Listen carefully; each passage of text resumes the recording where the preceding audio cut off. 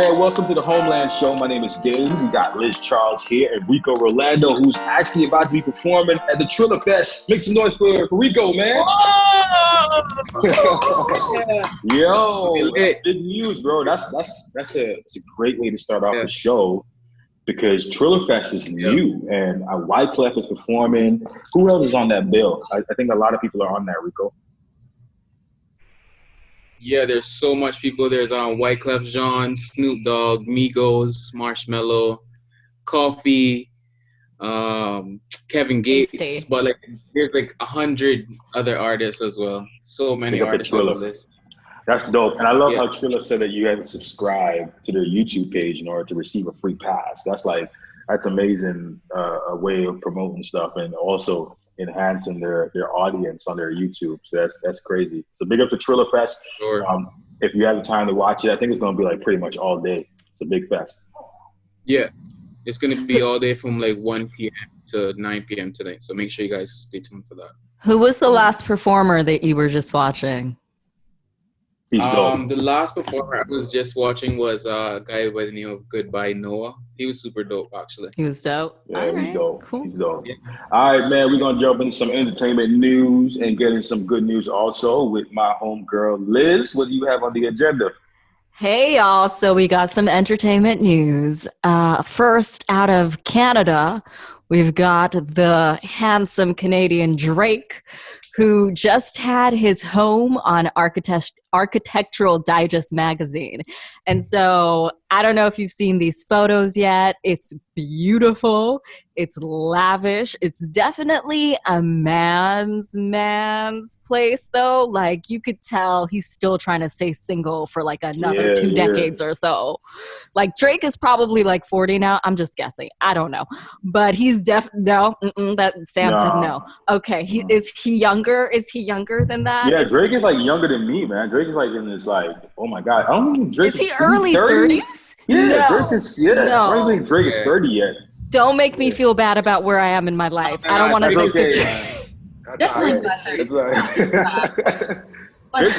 Drake's 31 or 30 right now. Yeah. My laptop. Easily. I rebuke that in the name of Jesus. Okay.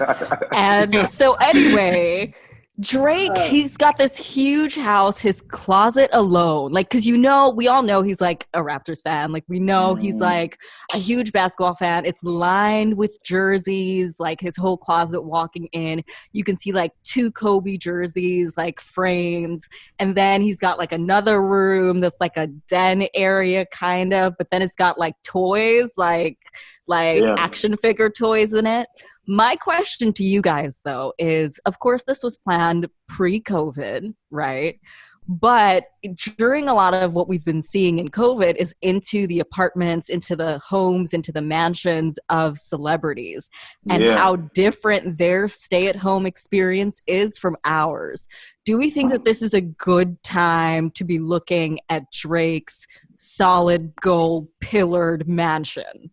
I'm not upset with that. I'm just upset. I mean, if you work hard and you got that type of establishment and that type of house, then go get it. That's yours. What I'm upset with is that Drake actually personalized a closet for his future wife.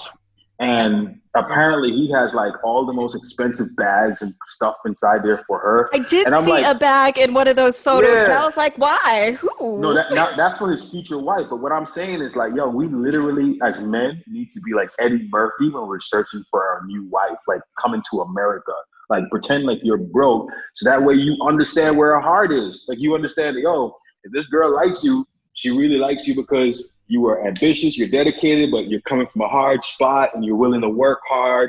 And Drake just literally put out a message to all gold diggers. I am single. Come in. Yeah. Come here. I want you. Samantha, come quarantine you are with me. Shaking your head. Please tell me your thoughts. Oh, no. I was just I was taken aback by the a message to all gold diggers. Come here. You got a whole closet just for you.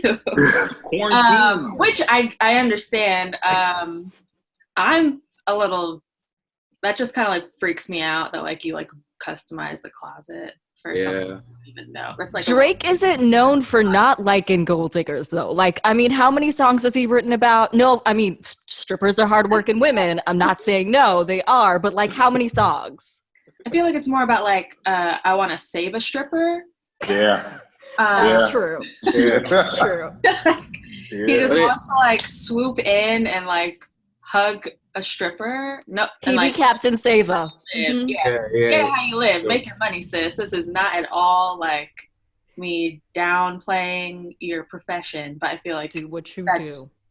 I think it's just all a part of the game too that he's playing, because I don't think no guy in their right mind is gonna have a whole closet for their wife that they don't even know what size she's gonna be, all that stuff, and that's just a part of the game. He's gonna show her to the room. He's gonna be like, "Look at what my future wife has," and then that's just gonna make everything else drop. If you know. Right. Yeah, man. Yeah. Yeah, I feel like most women were not going to be into that. But moving to the men right now, Usher and The Weeknd got into a little spat recently.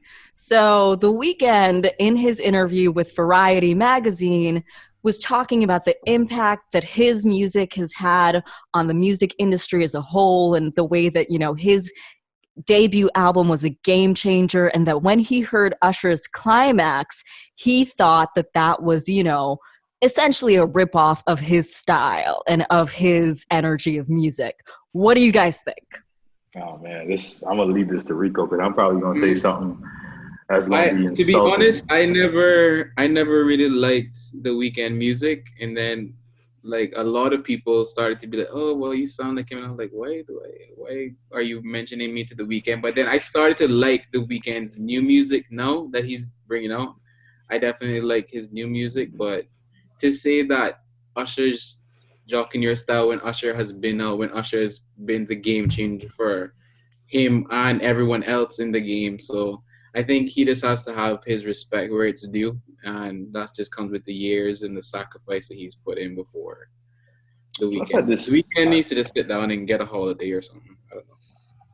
I think they're two burnt individuals. I think they're going to the relationship goals does not exist with The Weeknd and Usher. Like, they have poor relationship experience. Like, I don't want to talk about Usher's experience, because that would just burn him. No point intended. That was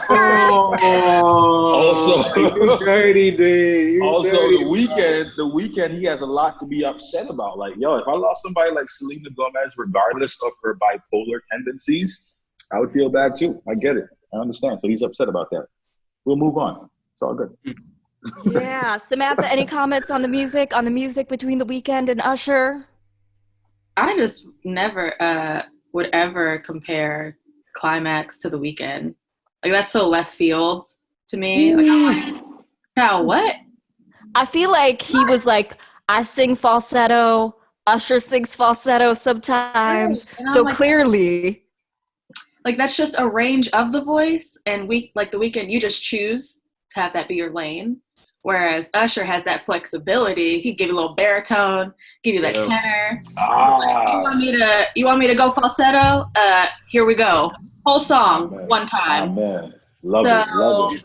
For me, that's a little, like, I'm just like, what? Like, that's so strange of him to say. It's insulting. We're going to say The Weeknd was wrong. It was a big no. Yeah, I agree. Yeah, 4 out of 4. When you hear the song, like, you know it's Usher. Like, you can hear it. Yeah. Usher. It sounds like Usher's early stuff more than anything else. Yeah. Speaking of early stuff, Chris Breezy has been looking at his old flame, his former flame, being thirsty on the gram and on Twitter. He commented on a fan video of him and Karrueche, and his comment was just damn to the video of the two of them. It was like a passionate video, and it was definitely like an I'm missing her kind of vibe to it, which we've seen before with Chris Brown. How do we feel about this? Because, and I'm gonna say,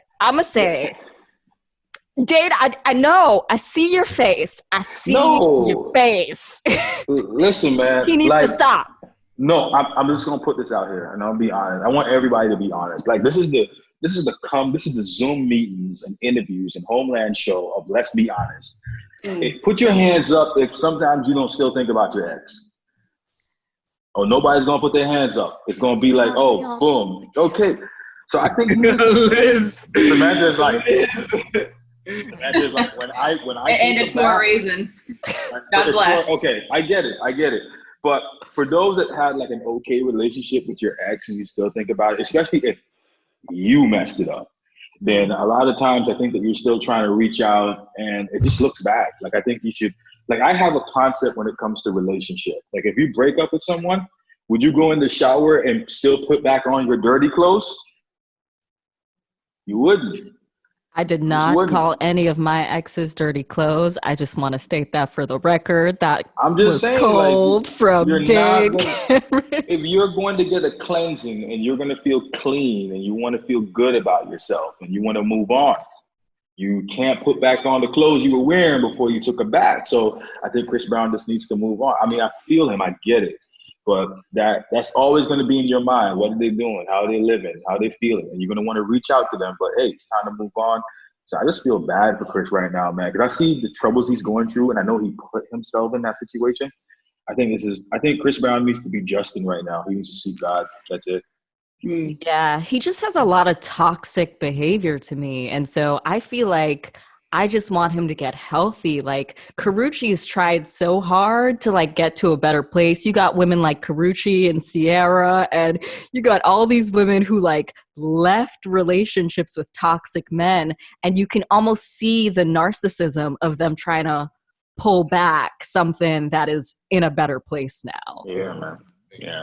I think he likes the chase too. Like I think he just, as soon as he knows that like they have moved on, like for sure he's gonna be like, I'm Chris Brown, let's see what kind of mess I can get myself back into. So I think he likes the chase as well, especially being Chris Brown. Like he knows that he can get any woman that he wants, but it's that one specific woman that he thinks might, Messy, narcissistic. That's it for my entertainment news. There it is, man. Thank you so much, Liz. We appreciate that. That's the Homeland Daily Entertainment News. And we have our special guest in the building right now. Make some noise for Samantha. I don't know if I can say your name right. Patten, is that correct? Patten. There it is, man. Make some noise. She is a musician and a beautiful musician, soul music. Beautiful. Anytime I'm about to interview somebody, because I've been in media for so long, I take the time to try to get into your mind, try to figure out what are you doing, what are you working on, how does your music sound? I really love that. So that way I can speak on exactly what's going on with you. And man, I got a lot of questions for you. But I'm also going to give enough for the group. You have an album out or EP that's called Saved for Somebody. Yes. Before I even get into that title, I want to get into a song that I listened to because Fun was one of my favorites. Home Alone was good too. Next Girl. Woo.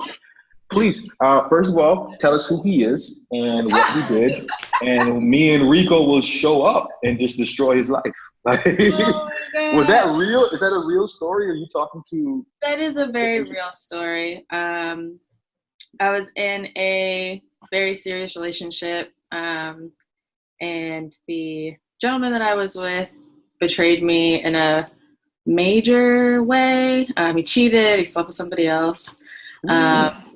But it was like a weird thing, right? Because like he didn't exactly tell me, but he was starting to accuse me of doing stuff. And I was like, what? And like I studied a little bit of psychology in college. And so I was like, this man is deflecting. Yeah. Because he's coming in real hot all the time. So I was like, what's going on? Did something happen? Like, did you do, like, I am committed. I'm in this for real. Did you do something? And it was like a bunch of like, no, like, of course not. Da, da, da. And eventually, because like I was in my head about it a lot, and it was just kind of like this psychological abuse in a way. Yes. Yeah, where he was making me feel like I was, or trying to accuse me of doing something that was hurting our relationship. And then eventually he came out. We were at brunch, and he was just like, I have to be honest with you, like, I slept with somebody else. Yeah, first of all, Samantha, I wouldn't have never done it at brunch. I wouldn't tell you. It's too much of a happy place. Oh, honey, I was about to flip the table, but I didn't. I was just like, okay, bet.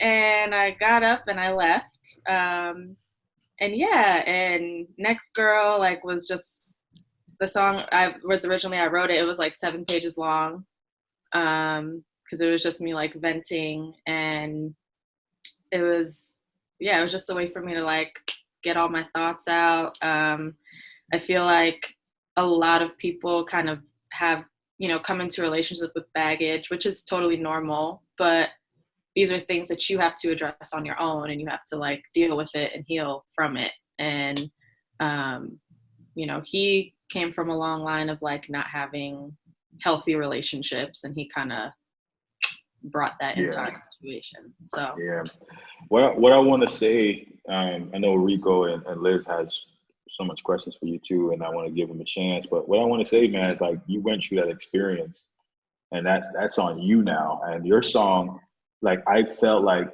when I listen to music, a lot of people think I'm weird, but I close my eyes and I try to be in your world. I try to figure out what you're saying, what you're talking about, and I do it for everybody, even Rico. And like in that song, it felt I can feel your pain. So the question I want to ask you next, are you one with somebody now? And does this make it tough to be with somebody in a relationship? Are you constantly thinking if they're out at work, are you possibly cheating? Are you going to talk about next time we go to brunch? Did you completely lock off brunch because of your last relationship? No, I am with somebody, and it's like we're both growing together. Like I take mental health very seriously. I like to understand myself. I go to therapy. He's also going to therapy to understand himself, his past, his upbringing, his way of dealing with relationships. But I feel like once you've kind of been burned in that way, there's always gonna be some sort of like uncertainty, or just like, you in the back of your head, like, okay, like things are going great, but for me, but like, are they, is there something that I'm not privy to right now? So I've just been really trying to, better my communication with the person that I'm with. And I feel like that's just all we could do. Like, I'm just like, if you're not happy in some way, bro, just leave. Like, just be like, hey, this ain't working. Like, don't, so yeah. But brunch, we still do brunch. Yeah, that's good. Let's not lock off brunch. Yeah. Let's not lock it off. Not cancel. What about you, Rico and Liz? Yeah, that's one of my questions were that with the success of your EP and with one of your songs pertaining to your ex, did he ever like reach back out to you after, maybe hearing the EP and maybe thinking, oh wow, that may be about me? So he's been to some of my shows where I've performed that, and the whole time I was looking right at him while I was singing that song. Oh wow. Yeah. So he knows, like he's like is that for me? And I'm like, absolutely. Come on. You already know. Like, come on. So yeah, he knows it's about him. He knows. Wow. Yeah. Wow. Oh man. I mean, Jay-Z knows that Lemonade is about him, so I mean, very true. Very true. Yeah. We gotta accept our wrongs, man. I mean, Save for Somebody, the album, the EP title. Just before anybody else asks you any questions, like I know you're in a relationship right now, but what does Save for Somebody looks like? Like what are your? I know women have a list, and sometimes it's very unrealistic. Tall, dark, chocolate, Christian, can do anything in this world.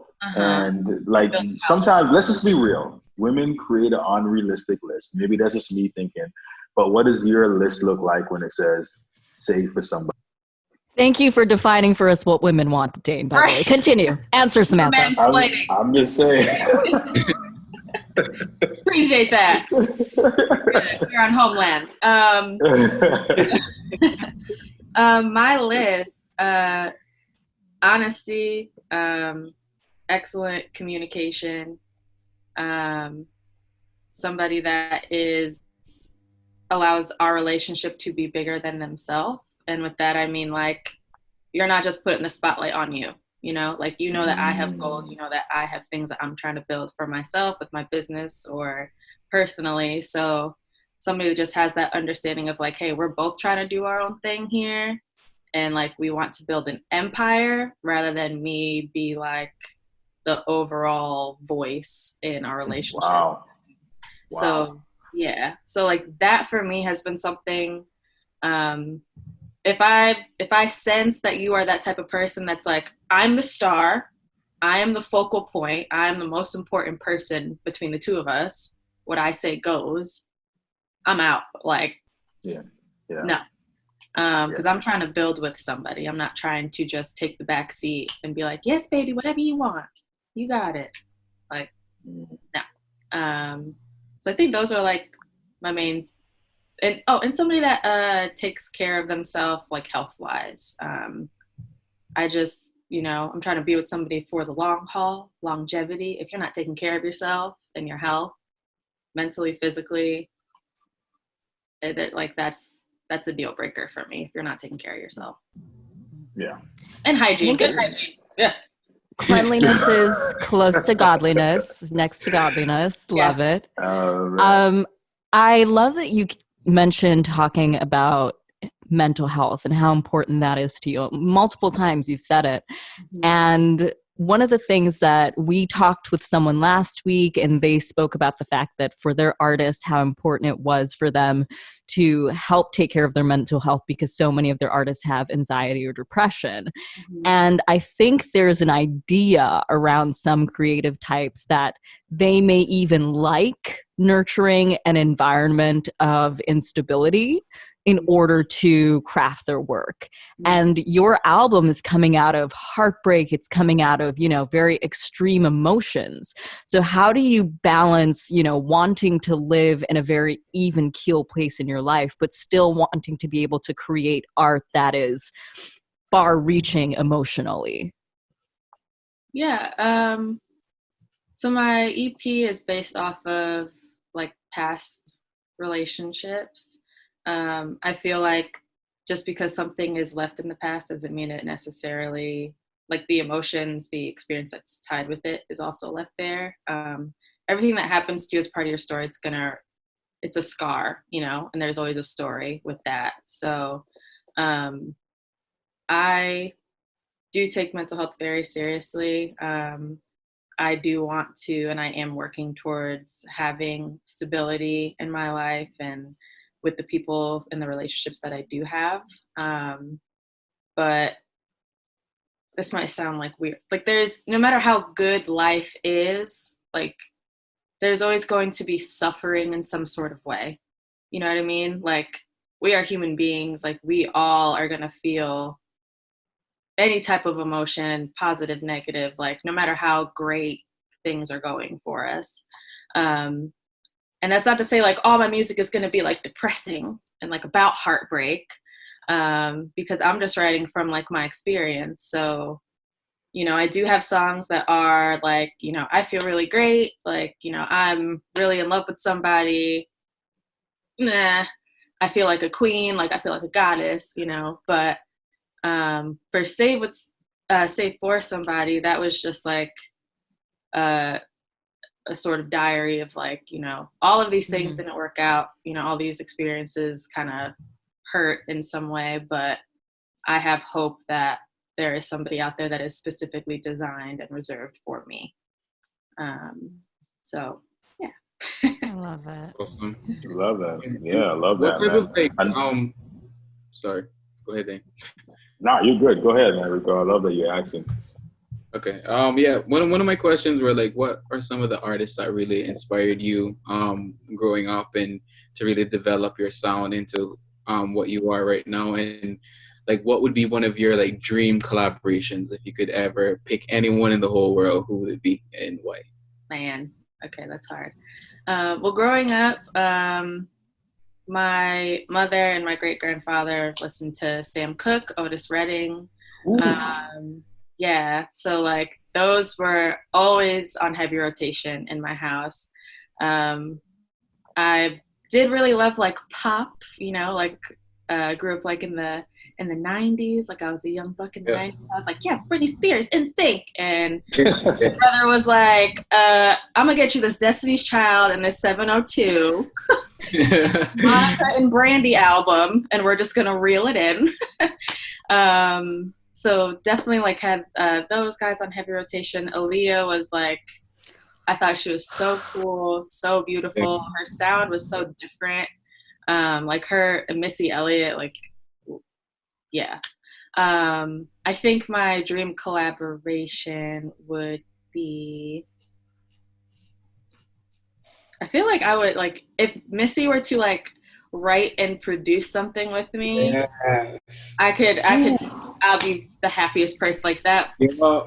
Yeah, like honestly, I would have bet money on that answer. I just want you to know, in my head, I was like, it's Missy. I'm glad that you said that. Yeah, the queen. Like she's like, I don't feel like she's getting enough credit, and she sculpted so many of these artists that all of us grew up loving. Like she produced, she's written for them. So yeah, Missy is hands down. I would die. Yeah. Sure, Oh, Missy's definitely the GOAT of all time, for real. Mm-hmm. I know we're winding down the show right now, but we want to know, Samantha, what's your background? Like, where are you from? So I was born and raised in Connecticut, Hartford, Connecticut, grew up in Bristol. My mother is from Jamaica, Lucy, Jamaica, country girl. And my father is Irish and Italian descent. Yeah, so I'm a little mixed millennial baby. Yeah. There it is, man. With 7 minutes left in the clock, I just want to tell you, like, personally, like I have like a list of questions, but unfortunately time doesn't like give us that to ask every single question. But I just want to say your album is extremely beautiful. It's like one of those, like, it's like taking a book and reading it and actually being in depth in your life. Like I always feel like artists, and I think Rico can agree with me with this, like an artist, like there's so many artists, you can take a coin and throw a rock and find an art, or sorry, throw a coin and find an artist anywhere. But it's the ones that can tell the best stories. And those are the ones that I'm fascinated with, like the people that can tell the best stories. And your whole album is a story. I hope you know that. And people will fall in love with that because it has a little bit of an experience. Like I can listen to one of your songs and be like, oh man, I felt that way. Like she knows me. So do you get that a lot? Do you get a lot of fans that reach out to you and be like, man, like that whole go back to your next girl thing, that's me, homegirl. Thank you so much for letting me leave my man. Right. Yes. Especially on Next Girl, like the messages I've gotten are just like, oh, yes, girl, that is me right now. And I'm like, run away. But yeah, I've been getting a lot of really encouraging and like, because it's very vulnerable to put your experiences out there for any artist, like even you guys coming out here and asking questions and like, putting yourself on the line of like, this is how your art or like, what your experiences made me feel. So it's just really cool. My biggest thing is connection. So as long as people can like connect and feel what I'm saying, and it provides like the words if they couldn't find them or some sort of healing, like that's my goal. That's my job. So. Yeah.